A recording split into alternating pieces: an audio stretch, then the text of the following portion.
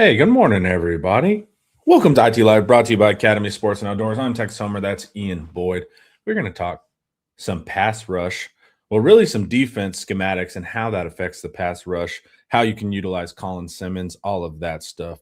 So we're excited to have you guys tune in. Head over to Inside Texas. Join for just $1 right now. New members only. Would love to see you as part of the club. All right, Ian. Any first thoughts before we jump right into it? We've been putting this one off, and it's not going to be a popular topic. Yeah, we've been putting it off because of some misconceptions necessarily about Muschamp's defense. It's even worse than we thought, I think. Like, as soon as this hire was made, we were both like, I'll tell you what, though. Yeah. There's one thing that's going to be tricky is how Simmons gets used in this. And thanks in part to Pack, we're seeing that this is a even trickier issue than we thought. Yeah. So what's the core things fans said? One of the things that you would hear when Muschamp was hired, thank God we're going to be a more aggressive defense. In some ways true, in some ways not true. And then finally, Colin Simmons, we're never going to see Colin Simmons drop back in pass coverage again. And that's where it's like, not necessarily right on early downs. So can you kind of explain where we're headed? I never understood that, actually, because I don't feel like I saw Colin Simmons drop into coverage hardly ever. If they see it at all, it's upsetting. Yeah, I get that. But it was like, man, I don't feel like that's never something I noticed. Yeah. I mean, I would notice it because in the all-22, but to me, it doesn't bother me. I understand why teams do it and why there's a need to do it. But if you're not sure of what that need is or what they're doing, it just seems like you're wasting Colin Simmons, right? You know that first year that Georgia won the championship against Alabama, Stetson Bennett hit a big touchdown pass where Alabama dropped Dallas Turner and Will Anderson into coverage to blitz the linebackers. Yeah. And he like sidestepped a linebacker. That actually, the pressure worked super well. He put a linebacker in his face, but he sidestepped him and threw a bomb. Yeah. It's one of those things where, like, yeah. Well, the simplest answer is to let Colin Simmons hunt. Yeah. But there's a situation in which you would not do that. And what is that, Ian? Well, if we're Will Muschamp, the situation is like first and second down. Yeah. That's the trick of it. Let's skip ahead just a little bit. Okay. Muschamp loves mint front defense and too high mod quarters coverage against the spread. Okay. That's like Georgia's big answer against the spread that's been very effective for them. So right out the gate, okay, well, they use it against spread teams. What about the other teams on our schedule? There are no other teams on the schedule. Yeah, you go to start to list here, and then you just stop listing at some point. Where is it? How often would this come up? Texas State, Ohio State, UTSA, Tennessee, Oklahoma. You know what? We don't need to list them. It's basically the entire schedule that's playing spread offense, right?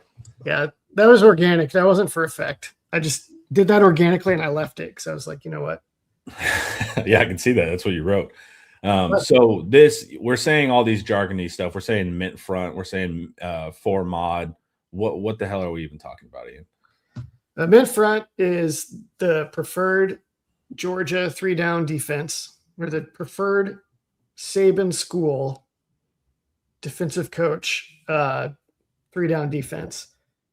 And they got it from Todd Orlando, which is the funniest irony in all of this.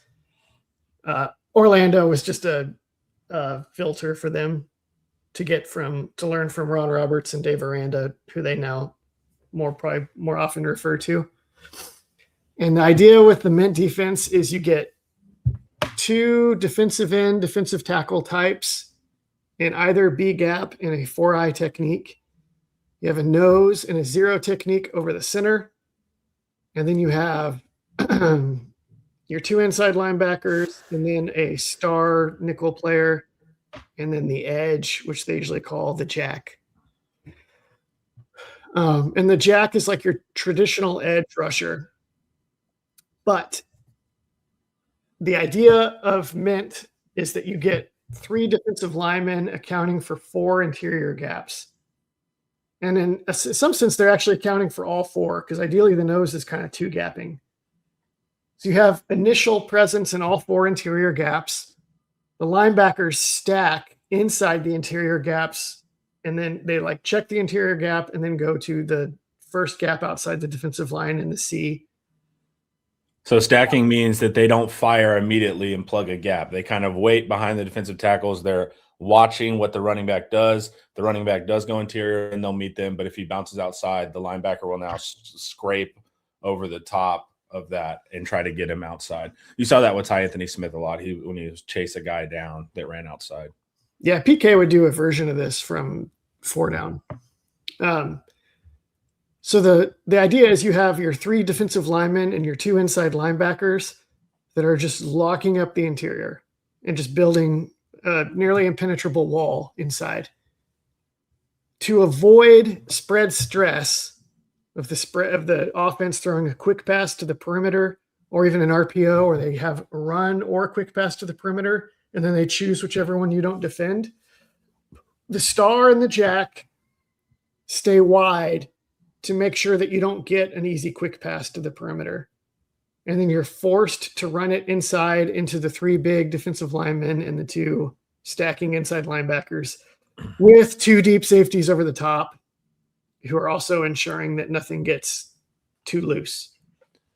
So you build this defense that just by its nature turns offenses into 3 yards in a cloud of dust, which is terrific. Spread teams don't want to play that way. Nobody really wants to play that way. It's not an efficient way to do offense anymore. But this defense accomplishes that. And you'll see too, like where the star is, which is the name for the nickel, and it's denoted by this little star icon. So say it's an RPO, the running back, it wouldn't really be in this situation, it'd be more the Y would do it. But anyways, if the running back was flipped, right, this H could run a little quick slant inside and get easy yardage. We did a whole video on this on Saturday, by the way, too. If you want to go watch with clips and stuff like that, we break this thing down more in detail. But that H can run a quick slant if no one's there in other defenses and get easy stuff. So they're keeping the star and the jack up top, the J, in that RPO window, and they're defeating the whole point of an RPO. It is no longer an option. They do not give you the pass option, which is the more efficient option. So they're forcing you into predictable things, like Ian said, which is run the ball into the teeth of our defense that we're designed to stop while protecting ourselves against easy passes. The trade-off is that now this is only a first and second down. This is a rundown defense. So as Texas fans can recall, if it's an obvious passing down, Georgia would not play anything like this. They'd get into all sorts of crazy stuff. They'd set up their pass rushers for success, but they very much have a earn the right to rush the passer mentality. And their pass rush is also generally more about scheming different players into weaknesses than it is put a Puma on the edge and just let him tear into the backfield every play. Right. Which is a better way to play theoretically and on the chalkboard. But it assumes that someone like Colin Simmons is not like a common occurrence on your roster, right? He's kind of special. We're like, offenses are designed to counter people like Colin Simmons, but he's enough of a quick twitch freak that there really aren't any good solutions for him other than hold like mad and hope that the officials let some of it go so that it doesn't ruin the quality of the television product. That's probably the best strategy for defending Colin Simmons, honestly. It's not actually not that bad. It's fairly effective. So there's this tension, right, between a scheme that is really good overall for team defense, right? It's all the pieces working in tandem. But when you have an elite player that can defeat some of the purpose on why you would focus on this, that's the tension we're talking about with Colin Simmons. They have to do the dirty work, as Ian said, on first and second down. They have to force the run and then stop the run. And then that way, third down is 3rd and 7. And when it's 3rd and 7, as Texas fans know all too well, they will start attacking your protections. They will do stunts, games, linebacker blitzes. They'll send the corner after you. They'll do all sorts of very fun pass rushing stuff. So I don't want to act like Texas is not going to pass rush. It's just they are pass rushing in very specific situations. As Ian said, Kirby has stated that you earn the right to rush the passer, at least at Georgia. And if you're Sark hiring Muschamp after Georgia was kicking your ass, you probably want what Georgia's the version that Georgia had a little bit better. Right? Yep. So this is what it kind of looks like, the mint front, 3 down. But if you'll notice this Jack here, this J is Colin Simmons. And so he's going to drop back into the window pretty often. And we've kind of pleaded with Pack of like, yeah, Pack, that's great. But how do you get Colin Simmons to pass? And he's like, structurally, you cannot send him at least often in this style. Because we've tried to figure it out. Yeah, but what about this variation? It doesn't work mathematically, I guess, with the gaps and responsibilities, right? So it's like you need that Jack to sit in that window, right? Yeah, I listened to his explanation and then I worked it out on my own to just imagine the different possibilities. And it was really obvious, really fast that you just lose the integrity. You lose you get into the trouble that, okay.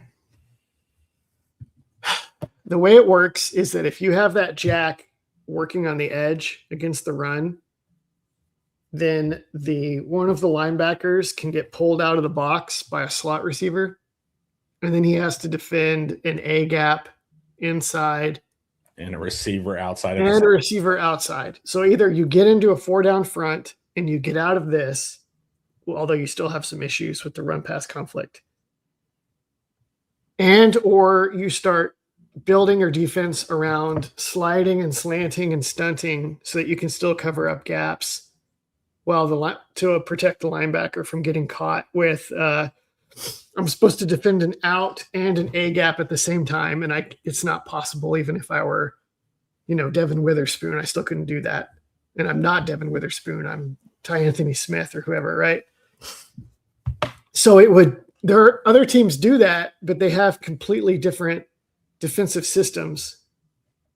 So you're looking at a completely wholesale change in philosophy where you're not recruiting big defensive linemen and teaching them how to anchor in 2 gap. And you're not, so to maximize this defense, which is very good at this specific thing, you need to play it this way. And then also, it's not just Jack, right? Like you have our other end our other ends are good pass rushers too. Like we have a lot of good pass rushers. So even the end that's in that 4-eye technique at the bottom of your screen here, he's also going to be having to do work on first and second down, right? He's not getting the opportunity to just rush to the passer either. Well, yes and no. I find that defensive ends often hate playing as 4-eyes. And you'll hear them complain about it all the time. I remember Charles Omenihu would be demonstrably less than thrilled when he had to play in a 4-eye. Yeah. And yet, I have seen explosive guys who play in a 4-eye technique put up big tackles for loss and even sack numbers, including Omenihu and Will Anderson. So the idea here where it's like, so what I drew here is how these guys would play if it was a pass. If it were a run, Sam, there's a strong money linebacker, wouldn't just shoot the gap like that. That's his path if it's a pass play, and he turns into the 4th pass rusher instead of the Jack. So the linebackers, that's a big key too. Wait. Sorry. We'll come back to that because that's like a whole. We need to explain that. Okay. But so you look here, and it's like the end starts inside of the tackle, and then he has to work back outside. And it's like, this is terrible. That's not a good pass rush alignment. But I have seen that it's a little more effective than you would think if the guy has the right tools for the job. But go ahead on the linebackers. So even though it's a 3 down front, they're still always going to include a 4th rusher. They're not just rushing 3; they're rushing 4, and that 4th rusher is going to be a linebacker, depending on formation, right? So you have, and you saw it versus Georgia, right? Even last year, you would hear a lot that their edges aren't getting the pressures. It's their linebackers that are having to do all the work and all of that kind of stuff. And people say having to do all the work, like the ends sucked, and so the linebackers had to carry it, maybe. But it's also just the linebackers do the work in general in that regard a lot of the times. Is that correct? With which specific I'm work? concerned into pass rush situations whenever they are sending. I think it's just the quality of their blitz package is why it leaned towards the linebackers at times at Georgia. Because, I mean, they still had dudes that could get after it a little bit, but the linebackers were just, they're so good at rushing the linebackers that they tended to lean into that more. But they do end up firing the linebackers more than a normal defense would, a normal 4 down would, right? Yep. Okay. Yeah. So that's what I want you to take away, that they're going to join, the linebackers are going to join the rush. One of the linebackers are going to join the rush. So you're not just blitzing 3, because it's frustrating, or not blitzing. You're not just rushing 3, because that's frustrating, right? You see Colin Simmons sitting back, defending a zone essentially, and then you only have 3 rushers on top of that. And one of them is a nose who's huge, that's really there to anchor. So he's not necessarily really a pass rusher, unless hopefully he is, but maybe not. And then you have a strong side end, which can pass rush, but is not known for being the pass rusher out of the ends. But this is a way to keep it to where the pass rush is not just purely theoretical. But this is, like we said, more of a early down situation. Ian, do you want to go over kind of the sack totals and stuff like that? Yeah, maybe let's get just a couple of questions from our wonderful viewers. From our viewers. All right, let me see. It may not be Coach Muschamp's complete philosophy, but I wish we would utilize more of a 4-man front. By doing that, Texas would maximize all the talent and depth they have at nose and defensive tackle. What do you think, Ian? I think Texas does have a ton of talent and depth at nose tackle and defensive tackle. But, David, I think the 3 down actually makes better use of it, because they can play a defensive tackle at both defensive end positions. So they could play like one of the big noses, and then tackle is like Hero Canoe, and then end is Alex January, or you sub in Murad Watson at end, or you sub in Justice Terry at end, and you put January at tack. So like that long list of big bodies that are like guys that you want to play a lot, the 3 down, I think, actually creates more opportunities to get them on the field. Because I don't think this end is going to be Lance Jackson or Zena Umeazulu. I think those guys are going to play Jack, and I think they're going to play situational pass rush, and maybe they have a 4 down defense where they play them in that. But in this, I think this actually is going to be more about the big guys. I think it will too, but that part is what hurts me, to have this many NFL pass rushers and them not be on the field like 2/3 of the time would still, even though schematically I understand, and also you can get value, and hey, if the defense is great, team defense is great, but it still stinks. But it's also like, it just doesn't matter, because teams aren't throwing the ball with progression passing on 1st and 2nd down most of the time.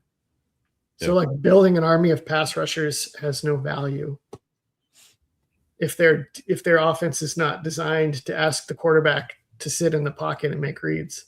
Right. If they're getting the ball out quick and they're quick gaming you to death, I agree. But still, there's just something about it. Could a guy like Atkinson play Jack? Not ideal because the jack, even if he's dropping back like this, and any runs, he still can have like a tight end or a pulling lineman coming at him, and he's got to be able to take those guys on and contain. The money and the Mike linebacker positions really set up a guy like Atkinson to just like diagnose and run to the ball, which is what he excels at. So you almost want to think of the jack as being like an old-fashioned Mike, and the money and the Mike as being like your traditional weak side linebacker or even box safety, where they are waiting and getting covered up and then just racing to the football. And your first responder blow up lead blocks guy is the jack. The Mike and the money do that sometimes on like insert plays, but the jack is doing that way more. And that suits our linebackers, like with Smith and Biles. You This- know, they're not.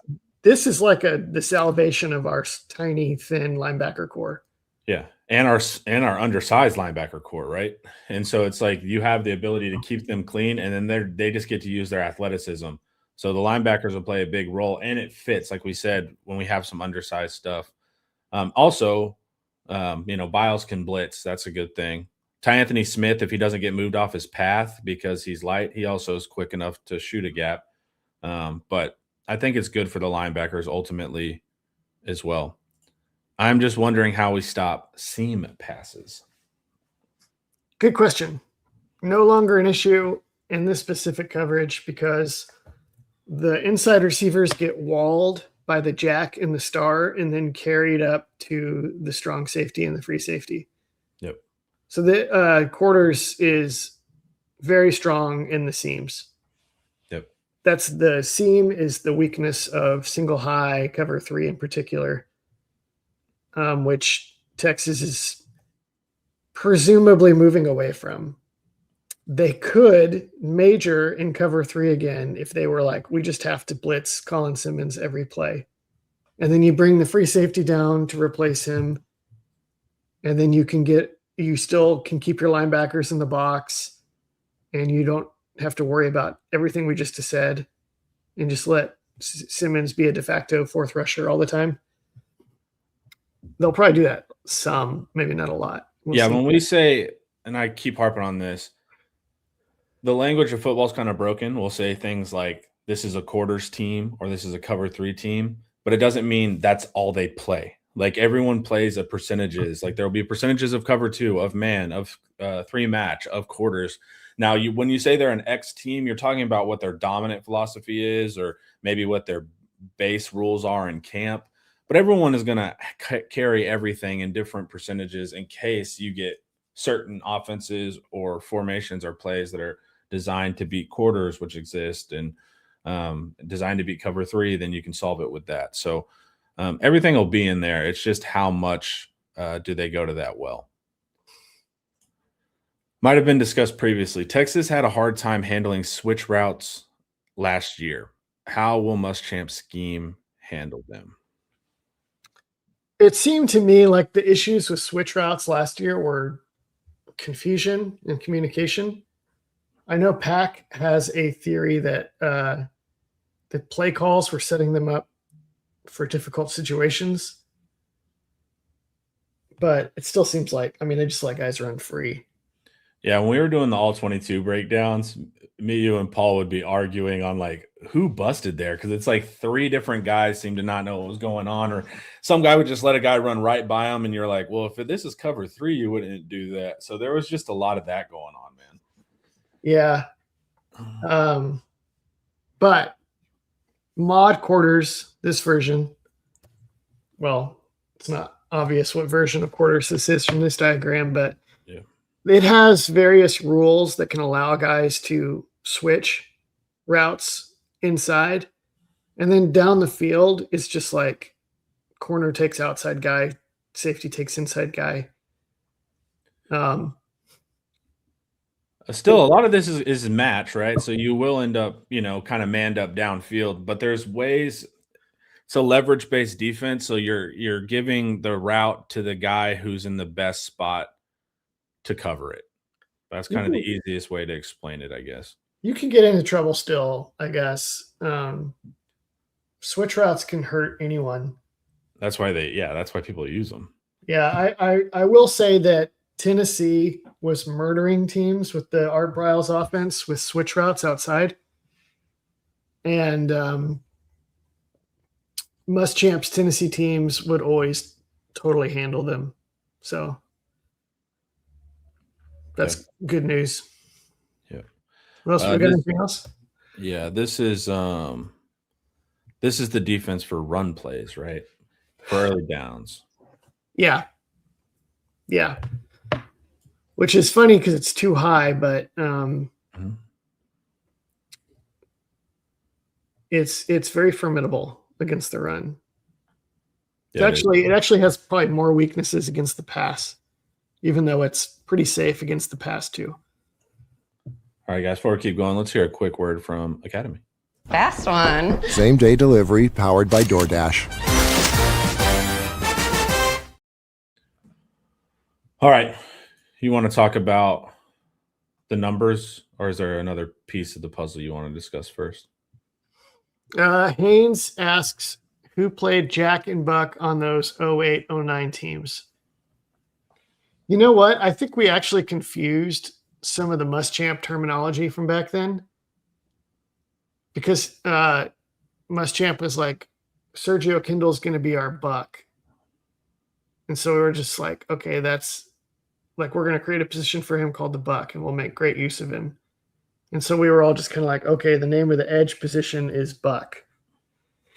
But I think Brian Arakpo, who was like the every down edge, I think they may have just called him a Jack. And I think the Buck may have been more of a situational piece.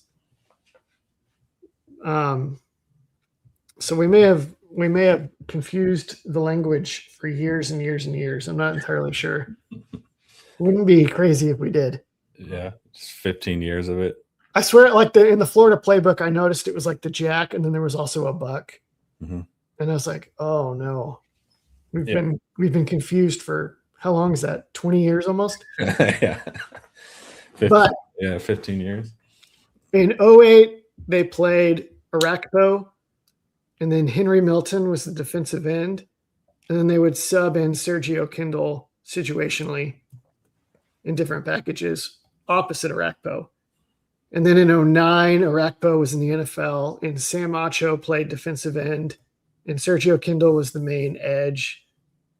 And that was, I want to say that was mostly it outside.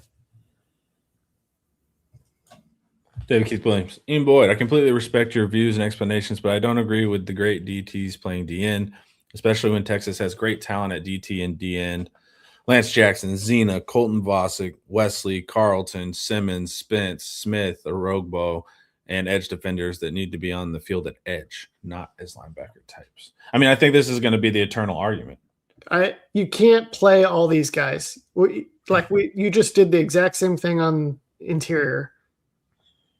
And it was like, well, if we do that, then Murad Watson and Josiah Sharma and Justice Terry and Alex January aren't on the field. Okay. Put a 3-down defense on the field. Well, now what do we do with Lance Jackson and Zena Muzulu and Smith? You can't play all of them at the same time. Yeah, I think the argument is just you could get more bang for your buck in 4-down, and I think this is going to be the topic, right? Well, we'll get into that in the future, because I think there is a 4-down version of this that might have some answers, but it's going to result in benching big defensive linemen. And I will argue that we're calling this position a defensive end, but that's just because it's the last guy on the edge with his hand in the dirt. He's still in an interior gap with offensive linemen to his right and his left. So it's a little semantic. It's not like I'm talking about playing Murad Watson on the edge, you know? You're talking about playing him as a 4-eye. I'm talking about playing him as a 4-eye. A strong side defensive end in a tight or unders type defense is just basically another defensive tackle. All right, here are the numbers. Are these Jack numbers? Jack, those are Jack. Okay, so these are the production out of that position. Let's go about. So this is Georgia. 2018, they had DeAndre Walker. For that year, he had 11 TFLs, 6.5 sacks. 2019, they had 6 TFLs, 5.5 sacks at Jag. 2020, 12.5 tackles for loss, 8.5 sacks. Then he goes to like 3.5 sacks, 3 sacks. Chaz Chambliss, 2023, had 0 sacks. 2024 had 6 sacks. And then Johnson in 2025 had 2 sacks. So it's not. Go ahead. In 23 and 24, they had Michael Williams playing defensive end and moving around as a pass rusher. And he had not 10 sacks, but he had more like in the 5 to 7 range those seasons. And they had Jalen Walker playing maybe what they called the buck. I don't know. Jalen Walker moved all over the place.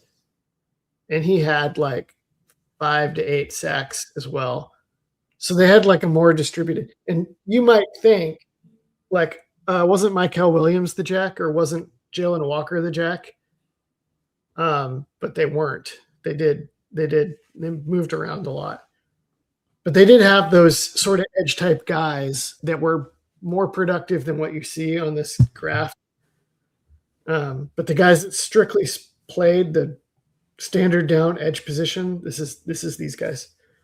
So once again, kind of better for team defense, right? But not great for Colin Simmons getting 12 sacks next year. Is that what you're saying? Yeah. Also, 2022, Nolan Smith, I think, and Robert Beal split some time at edge. So if you like put their numbers together, it looks a little more like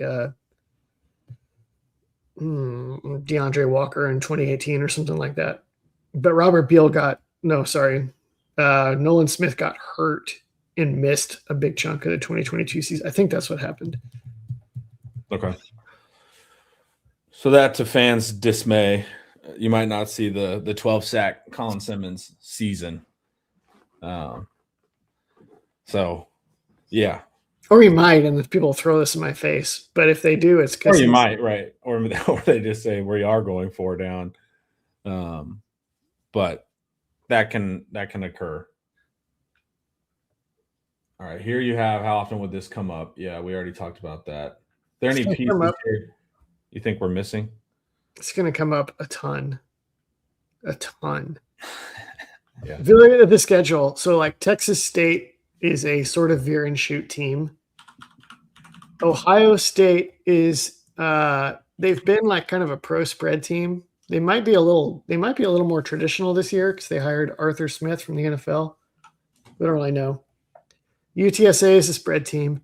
Tennessee runs the veer and shoot spread. Oklahoma runs the air raid. Florida, maybe a little more traditional. Ole Miss is hired an air raid coach. Mississippi State runs the veer and shoot. Missouri, they're running. They're a little more traditional. They're like wide zone. LSU runs the Lane Kiffin copycat veer and shoot thing. Who did Arkansas hire again? I don't even remember. The Memphis coach, right? Oh yeah, they'll be a little more spready. And Texas A&M runs a sort of spread offense as well. So it's like every week it's spread stress, especially from like the most important games on the schedule, except maybe Ohio State, and we'll see on that one. But when we were running like 4 down quarters with Patterson, like why can't we just do that? Like 4 down teams do stop the spread. So why not just run that? Well, we didn't hire Gary Patterson. We hired. I know, but I'm saying, is that simply because it's a philosophical thing, or is there some weakness there that was unaccounted for that this solves? I'm trying to remember how they made that work with Patterson and getting outnumbered in the box. I'm sure it involved 2 gapping up front. Yeah, you're stealing gaps.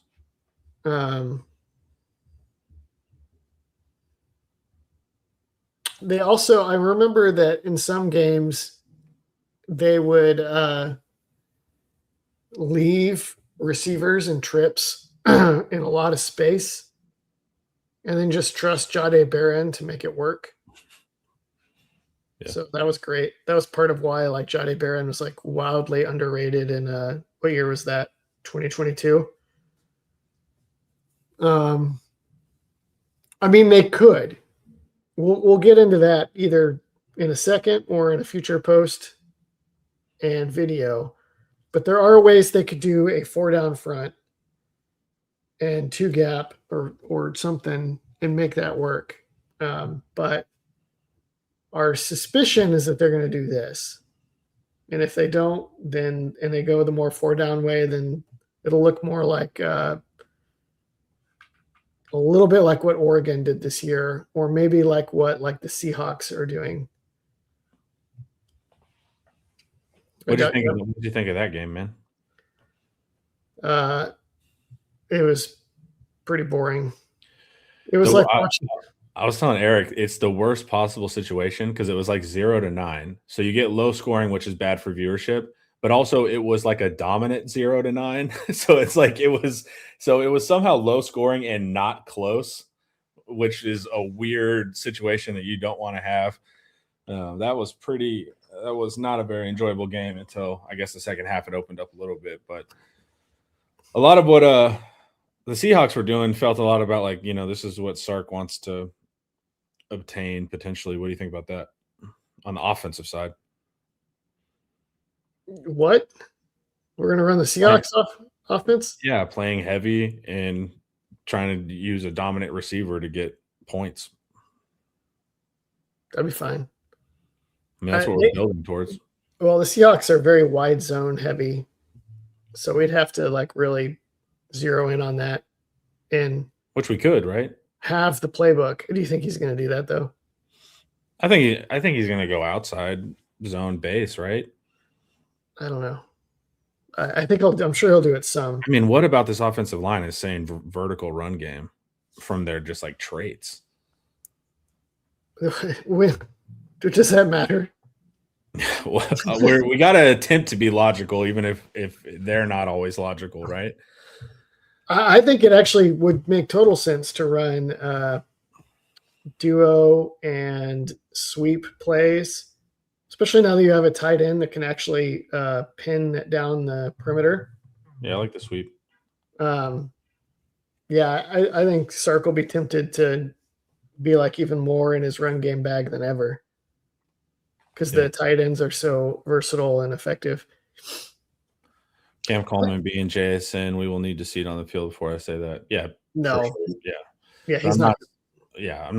I'm just saying a dominant wide receiver, not JSN. But they have Coleman and they have Wingo. So he's they can like mimic a few different things that JSN offers just in one player. That game actually kind of reminded me a little bit of the Buckeyes and the Wolverines when the Wolverines were running that Seahawk style of defense under McDonald or under Minter. Only more so. Where like the Patriots, it felt like the Patriots were like, okay, if they're playing in too high, we got to run the ball. And then they couldn't run the ball because the defensive tackles were too good. And then they're like, we don't know what to do. Throw to the flats, and then they start clouding the flats. Yeah. And hitting them. Because at first I was about to text Charlie because he's a Pats fan. I was like, y'all are going to be throwing to the flats all day long. And then they adjusted immediately to that to where the corner could bail immediately and then just hit him. And there really wasn't much going on options-wise. Or the linebackers just started like closing on it. Yeah, it was just that game sucked.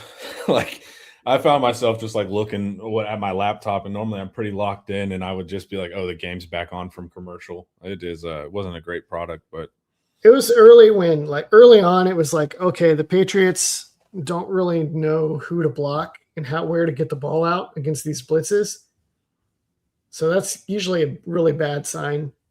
Lack of preparedness. But you're like, well, they have the iPads on the sideline. They can maybe figure this out, right? And figure something out before the end of the game if it stays close. And then the Seahawks just started destroying them with just like very basic 4-man rush.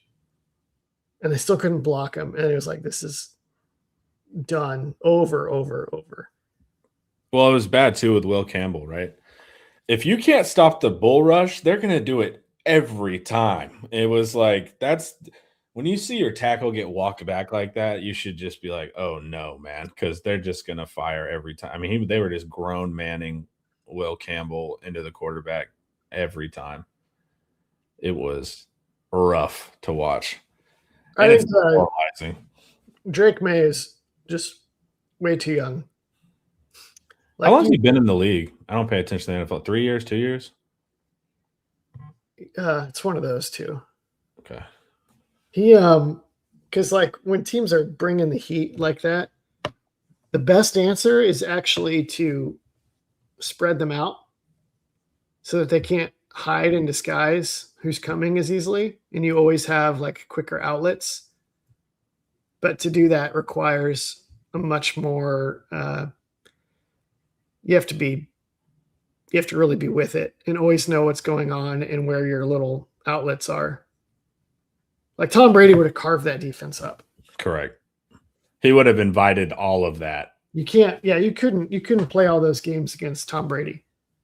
But Drake May is like 20, just not. Yeah. Tom Brady couldn't do that at 23 either. Yeah. Coach Sark has so many offensive weapons in 2026 that if the Texas offense is not all gas, no brakes in 26, it absolutely never will be.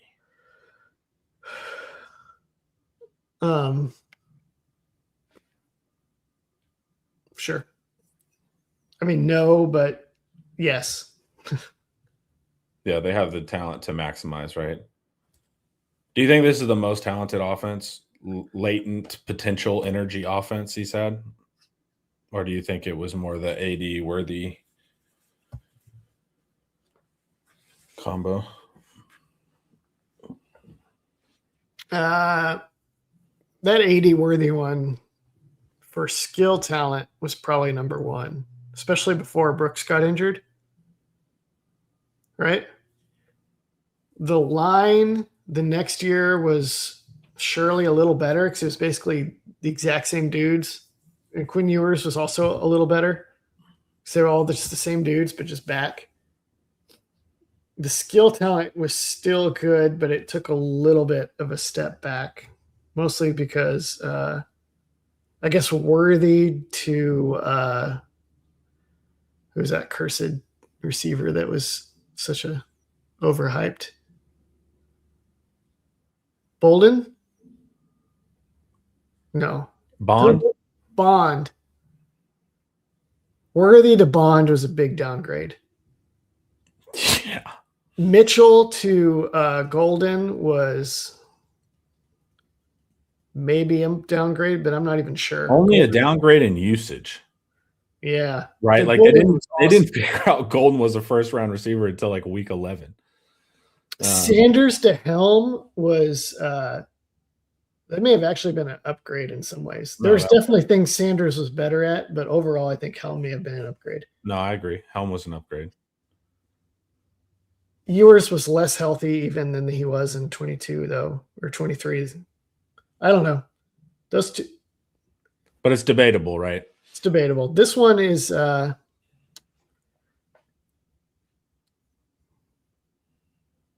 we'll see how this interior shakes out. We'll see if that dude gets a waiver. Who's our left guard again? Like we think Baker is going to be the left guard, right? Yeah. Gooseby, Baker, Robertson, Seymour, Siani. Yeah, this might be it. I don't think this one is maybe that far ahead of 23 or 24. Although Arch Manning is way better than Quinn Ewers. So I guess there's that. The offensive line in 26, hoping that Seymour gets eligibility, could be a strength. I think Gooseby, Siani, and Seymour could be all SEC offensive linemen. What do you think about that, Ian? Are there like 4 all SEC teams, like first, second, third, fourth team? So maybe. It's a long list. Dude, I think if you just get to average performance, fans will be shocked by how much better we look. Yeah. Like it's the same with running back. Like if we just cut Trey and Baxter and just got replacement level running backs, I think people would be shocked at how better the run game looked. And then on top of that, you get really explosive guys. So I think there's these like little gains that even if it doesn't go from bad to really good, it just goes from bad to average. I think you could see huge effects. I think the system and the scheme will give you advantages and will give you those runs. And if you can just have the running back that can get 40 yards whenever it's there, I think the offense looks incredibly different. Yeah, a lot of the pieces fit together in a way that's very encouraging. Masunas offers a serious upgrade at an overlooked role of like inline blocking. That's a big deal. Townsend is a great off-ball blocker. Throwing to the tight end could be dicey. We could come into next year and be like, okay, Sark, you got to play a little less 12 because they're doubling our receivers, and then none of the tight ends can get open in the middle. Yeah, Masunas is purely like a run 6 yards and sit down type. Like Masunas is not a fast for a tight end necessarily. He can do the classic sit down routes. And then Townsend, we just need to know because he's an off-ball guy. We don't know his level of sophistication in the pass. As a true route runner, there's always leaks and things like that you could do with him. But we don't just have like a guy lined up in the slot that we know for a fact. Maybe it's Winston. Could be. But we just don't have that proven commodity returning, right? They should just play Mosley, Wingo, Coleman, and then not have to worry as much about that. But so do you think they should go more 11? Yeah. The more I think about it, the more it's like the 12 is going to be awesome. It's going to be very useful. You'll use it a ton, but they should plan on basing an 11 a lot because to not do so would be arguably a war crime given Arch Manning's overall level. I was going to say how much of that is dependent on like how talented Arch is in that spread world. Yeah, he's obviously he's outstanding in that. So, yeah, his play action wasn't actually a strength of his necessarily. Well, they were well. You gotta include the blocking, right? Yeah, that's I don't. His play action was like unworldly in 2024 when play action didn't mean sidestepping three guys, staring at the backs of receivers while guys are immediately in your face. Yeah, some of that was for sure scheme, but I just think ultimately when I see Arch for protection, yeah, I think he had anytime it's single read with Arch, it's just a little bit of a different world, and a lot of play action is a single read. A lot of those shots are single read type stuff, and then a lot of the quick game is single read, and he can get a little weird there. But anytime you're asking him to like sort through three options, which makes no sense. Like most quarterbacks can do the single read and cannot sort and progress. Arch, for some reason, is way stronger at actually like reading the field than the simple stuff. It's a weird thing. And you noted that in like week 2 or week 3 when we were doing a film study. You were like, but we'll see. When you go into 12, you are doing a lot of single reads. If they can protect, sure. Well, I definitely have the wide receivers to win downfield. I noticed it in the spring games that he would play in early on, and then they would just get every time they would do it, it'd be like, "Boy, this looks natural. Boy, this looks natural." But they don't do it because Sark wants to joystick. Yeah. Quarterback. What are you excited to have the spring game back? Oh, dude. So am I. I'm so happy about this. Everyone who does analysis is like ecstatic. Everyone who doesn't do analysis are like, whatever, man. It's just a spring game, and I'm like, no, brother. It's a drink of water in the desert, is what it is. And I'm still convinced that we would have seen some of this coming last year at just like an offensive line technique standpoint or something. I would have had some inkling that we were going to struggle a little more than I thought we would going into. We would have had a deep dive where we're like, okay, guys, we're not trying to put you in a panic, but yeah. And then you would hear immediately shut up, guys. It's just spring. They'll get it right by the fall. Time is a flat circle in football analysis. If I had to talk about Paul, Paul's like, I've been repeating myself for over a decade. It's just kind of the natural phrase. Remember when you were like, I don't know about this secondary, guys, and everybody on the chat were like, what are you talking about? That's the fun world. Before we I was hesitant to accept the true state of the offensive line myself. Yeah. Like I was with Paul and I was like, yep, they made mistakes here, and here that were really big. And you're like, guys, this offense is like bottom quartile of the nation right now. And I was like, dude, it's not that bad. Yeah, And it wasn't that bad. Yeah. And part of my deal of like, well, once they just play 11, then they'll be fine. But it was pretty dang bad. And the O-line was worse than like most of us could have imagined. Yeah, once the tape came out, me and Paul both were texting like, "Uh-oh, man." I didn't really. I knew it. I got Florida is when I was like, okay. The IT board got mad at me because they announced Stroh as a starter. And the typical thing we're like, wow, Stroh must have really stepped up. And I immediately was like, guys, this is not a good thing. I've seen Stroh in camps. I don't even know why we offered Stroh. As soon as they announced Stroh, I was sounding the alarm on the board. And then everyone piled on immediately. They were the typical, do you know more? Are you a football coach type of thing? And so, but I knew immediately when they said Stroh was starting that something was afoot or amiss.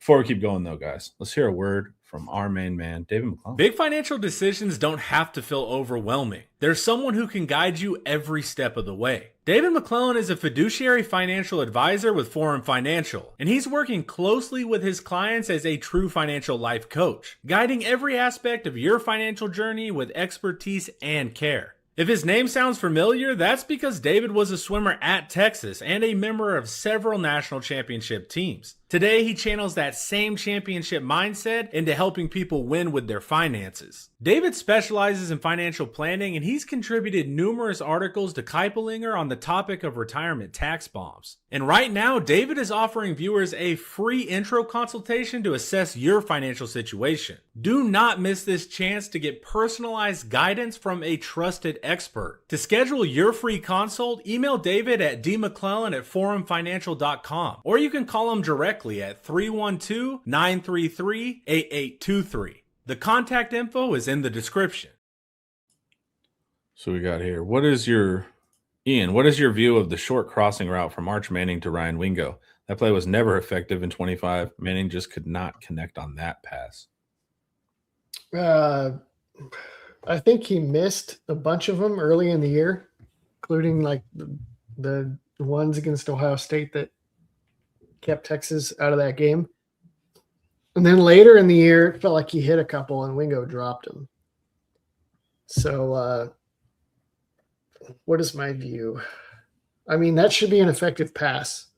I don't know why it wasn't. Should be an automatic, man. Should be automatic. I don't know. Manning had struggles with it early in the year mechanically. He just like couldn't. I think that when he's like in progression mode, then his footwork is awesome, and each step and hitch guides him to the next read.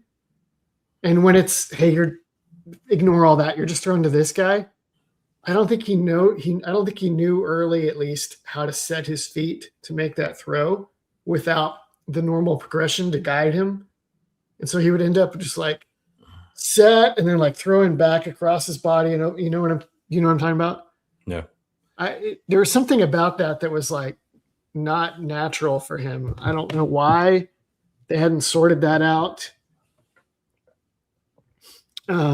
It's funny because that was like viewers could do that all day. It was really funny, the difference between the two. They were kind of in the beginning like polar opposites. Like Ewers is one of the best throwers to the flats like I've ever seen. And it sounds like a knock, but like he was perfect, like in with ease and that kind of stuff. And he didn't need his feet with him to throw half the time. So he could be like lock in on a guy and then just throw it when it was there and just be all arm. Yeah. And his arm would he's so naturally twitchy. He just like flick the arm and hit it. Somebody says Ewers' ball handling also was elite. Yeah, he was definitely good at that too. Ewers had some stuff that was like just what did somebody said he was like touched by God to throw the football. And on some routes. Well, but anything that required that Ewers, we've been over this a million times. Anything that required that his footwork actually be good was like garbage. He would go from being touched by God to like cursed by Satan. Yeah, like not playable. It was so strange. Yeah, the intermediate over route, he throws that better than most NFL quarterbacks. Like he's incredible with that route, and he's incredible with stuff to the flats. And that's why when you saw his success versus Miami, I would watch the highlights to see what throws he made, and it was just like flats, intermediate, flats, intermediate, flats, intermediate. Like he's incredible there. If you design an offense around those throws, he's going to look really special. But if you force him to make a bunch of other throws, but I do want to say that his feet got a lot better in the NFL. That was the first thing I was watching. His mechanics got more sound for sure when I was watching him. That was the first thing, because that was what would drive me nuts about Quinn. Yeah, definitely at some point start to have questions about what they're teaching mechanically at Texas.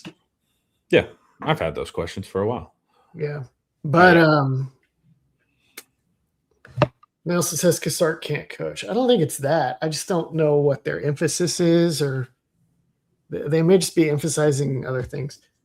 Hopefully, Wingo and Manning both improve at this not terribly difficult realm of concept next year. So that's the good part, is that these are supposed to be easy routes. So theoretically, these could solve. And then Wingo will make like an elite catch, like on that intermediate over versus Georgia. I mean, he goes in high points, it looks great. So it's like, it's there, it exists. And that's probably why it makes it more frustrating at times, but it's better than it not existing at all. So like, he can make those nice catches. It's just, he's got to get we've said it a billion times, he's not like a pure wide receiver. He's just a really special human being that you're able to utilize at the wide receiver position. Yep. And so we got to keep developing that. The ball fakes to screen game was something to see. Yeah, he was really elite there. He could draw out the pass rush on screen plays because he didn't need his feet set to throw it. So he could kind of like linger and then still sidearm, flick it off platform, whatever, and put it on his receiver. And they had, once again, being opposites, right? Like Quinn would really frustrate me because he would almost loft everything. Like everything was a 2-ball, and so it's like, hey man, you need a 1-ball is like a bullet, right? A 2-ball somewhere in between, and a 3-ball is like a moonshot, like the Alabama throw where it goes out of the screen. There's a 3. Quinn had this problem where everything was a 2-ball, everything was lofted. And that's really good in intermediate when you're making layered throws, but it's not good in other situations. Arch can have a different problem. Like Arch sometimes throws it way too hard, and gets up on receivers when they're not expecting it. So once again, on them being opposites, Quinn is a little too lackadaisical with his throws, and then Arch sometimes throws a bullet for no reason, which just complicates a throw that should just land lightly in the receiver's hand so he can get yak, opposed to like being shocked with the catch and then trying to turn and run. So those are the little things with Arch. That's a timing thing too, though. Yep. Like it's very hard to change your timing once you get used to one specific type of deal. If you're just used to throwing within a certain timing window, then you'll just tend to throw that. Arch would have this weird thing where he was fast and slow. So like, and it's all actually one thing. He's a little slow. He'd be slow on his feet on the short routes, and he'd have to make up for it with trying to bullet it. So it's all linked to your feet ultimately, but he would have that thing where you try to make up for it and try to throw it like a. I thought you're meaning literal speed. No. I meant, yeah. Also, the funny thing, you would think because he was so twitchy throwing that he would have been like lightning quick, but maybe with a limited twitch was all here. Maybe with a limited top speed, right? Yeah. But he was like not terribly quick escaping the pocket, but if he could hit a line, he was like actually pretty freaking fast. Like maybe 4.6 even. Yeah, I think of like the Baylor run for me all those years ago. Yeah, once he got moving, he could go. But Arch is just a different thing there. I knew Arch was quick, man. I didn't know how fast he was. Neither do safeties. Neither do safeties. They have no clue. So yeah, it was a weird world of quarterbacks. Like what one did well, the other did bad. And then you learn to appreciate both quarterbacks and what both quarterbacks were missing. I appreciate one more than the other. I do too, but I definitely learned to appreciate Quinn's screen throws more than I did, even though I was frustrated by him because I felt like it was oftentimes a cop out. The thing with Quinn's style was that the one read stuff and the shot stuff has more diminishing returns in the playoffs when teams can scheme you up and take away your read, or like what Georgia did, to get back to our original topic of just like pinpointing protection weaknesses and hammering them from different angles, not just depending on one guy off the edge. Manning gives you so many more options and upside in a playoff game against top opponents. Yes. But you got to get there or it doesn't freaking matter. So yeah, exactly. We have a fun schedule next year. Guys, before we head out, join Inside Texas. It's only $1. First link in the description right below the video. You click on that. It'll take you right to it. We would love to see you over on the board. We love you in the chat. Stay here too, but do both. Everyone, have a wonderful Wednesday. And we got some more good content coming for you. In a couple hours, we'll drop a podcast with Drew and Jet talking player perspective on football. And, of course, stay locked in for the live this evening. Everyone, have a wonderful day. And this was brought to you by Academy Sports and Outdoors. Later.